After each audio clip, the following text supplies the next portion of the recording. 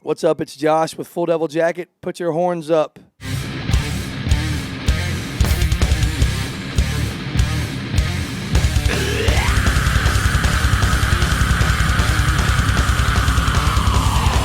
All right, Josh, my man, welcome to New York City, brother. It's always a pleasure to have you guys in town, man. Glad to be here, man. I love New York City, man. It's pretty dope. Pretty dope. Especially when the weather's nice, you know, people are up there. Yeah, man, people were talking about how it's been raining a lot, you know, but we came in on a sunny day, man. We brought the southern sunshine with us, so it's good stuff, man. Hey, man, speaking of the sound of the South, especially Tennessee, what is it when it comes to music and culture that makes Tennessee such a special place for all types of music, really? You know, we discussed that a lot about West Tennessee. You know, that's where I'm from, Jackson, Tennessee, and there's a multitude of artists that have come from West Tennessee. You know, Carl Perkins, which the Beatles were in his fan club. You got Johnny Cash's drummer, Fluke Holland, W.S. Holland is actually from there also. Then you got bands like Fuel. You got Full Devil Jacket. You got Saving Abel guys coming out of there. A lot of great music. I think it's a balance of the way people grow up in the South, some of their traditional values. I think that there's a lot more country out there, man. Like a lot more farmland and a lot more rolling hills. And I just think it kind of lends itself to an atmosphere of family, and the music comes out of that, you know. So we talk about it a lot, man. It may even be the stability of the home life in our area presents itself to great songwriters. I don't know, you know, but it's something for sure, man. I mean, you know, Memphis is world famous. You got Nashville. You got, you know, a lot of great music coming out of Tennessee. You've got a lot of artists from all over the country moving to Nashville because it's still affordable to live, and there's so much music industry there, man. So I'm very thankful to be from my state, Tennessee, man. From all the flavors of music that are on there, what turned you into aggressive music? What was the reason that you're like, I want to play something heavy? Yeah, well, you know, I guess growing up, you know, listening to Guns N' Roses, and I wouldn't say that I had the quintessential American mother and father household. You know, growing up, you know, I've always just had a sense of rebellion, and I still do to this day. It's just, you know, I'm learning what I really want to rebel against and learning what I really believe in, and that's the true heart of rock and roll, I believe. If you don't have danger and rebellion, you can't have rock and roll, you know. And it just so happens I rebel against all of it, you know, every bit of it. So that's where I come from. Going against the grain. Yeah, no doubt. And sometimes, you know, I grew up in a culture where going against the grain is socially accepted, really. And it's like, so now I look at that and I rebel against that also, because, you know, I believe in people. I believe in people, and I believe that people are worth fighting for, and I believe that there's much more to life than just, you know, money and fame. You know, it's about life, and it's about family, it's about people. And you've got to have money to survive, but it's never been my goal as an artist. My goal as an artist is to be truthful and to provide for those that I love.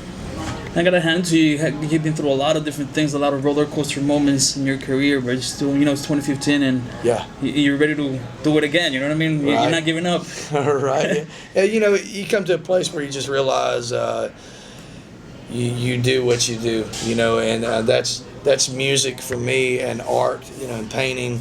It's like, whether, you know, anyone understands what I do or not, I'm going to continue to do it, because you know, all the great artists of their time were not understood in their time, you know, and I would rather leave a statement that was truthful and genuine than necessarily one that's socially acceptable.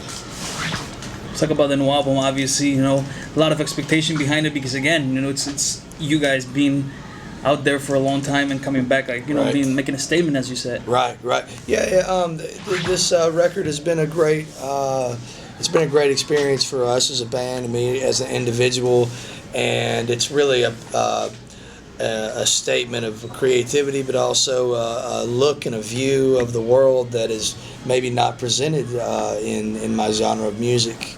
And you know, I'm kind of into that. I'm into concepts and ideas that are that I feel are genuine, you know, and not necessarily what is pushed by you know, all of this, all the system, you know. Right, but as you said before, you are a rebel, but you also have to kind of, you know, be smart of how you rebel. You know what I mean? Yeah, yeah. Well, you know, I came up with this term the other day, and I'm sure other people have used it, but it's like, you know, it's poetic rebellion. You know, it's you know, the greatest ideas and the movements in our cultures and through history have come through art, man. They really have. You know, it's come through an artist's vision and the way he can show that vision to those that would listen. And you know, that's really what it's about, man. It's about just presenting ideas, loving people, and you know, becoming a better human being is what it's all about. Before, when we started this interview, we were talking about, you know, how bands nowadays can showcase their, you know, on stage shows, their records very differently. What are some of the things that you guys have done in order to kind of connect with your fans directly, you know, whether it was with the system behind you or without the system behind you? Yeah, well, you know, man, our tool to connect has always been the message and the genuineness of the music. You know what I'm saying? And you know, there's always going to be a fan base for people that speak from a heart of conviction. You know, and I listen to all kinds of music. I listen to most of all the music I listen to is people or artists that don't believe the way I believe. And me and you don't have to believe the same things, but if I can hear the conviction in your voice, I'll listen. You know, if you're willing to put it out there and you're willing to stand up for whatever it is you believe in, it may be completely against what I believe, but I will listen. And I'm a fan of anyone that can project genuine ideas from a heart of conviction.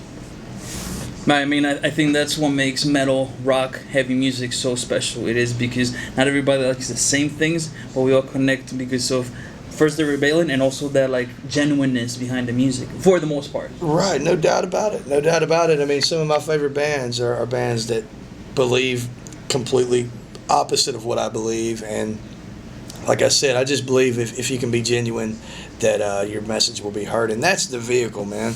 You know, the internet and the, you know, Facebook and record labels and radio stations are all just conduits, and they formed around the art to get the message out there. And you know, that's I believe if you've got something that's that can be said and something that's worth listening to, that there will be people that hear it and they will listen to it. What's coming up for you guys? Man, we just landed a good tour with our friends in Hinder, man. We're going out for a couple months with them in the summer, and then we're just working on reconnecting with our fan base, man. We you know, we have a lot of good friends out there, a lot of bands we've toured with, so we're reconnecting the dots there. We just released the album in the United States and in Europe, so we're just going to be on the road, you know, playing real rock music to those that want to hear it.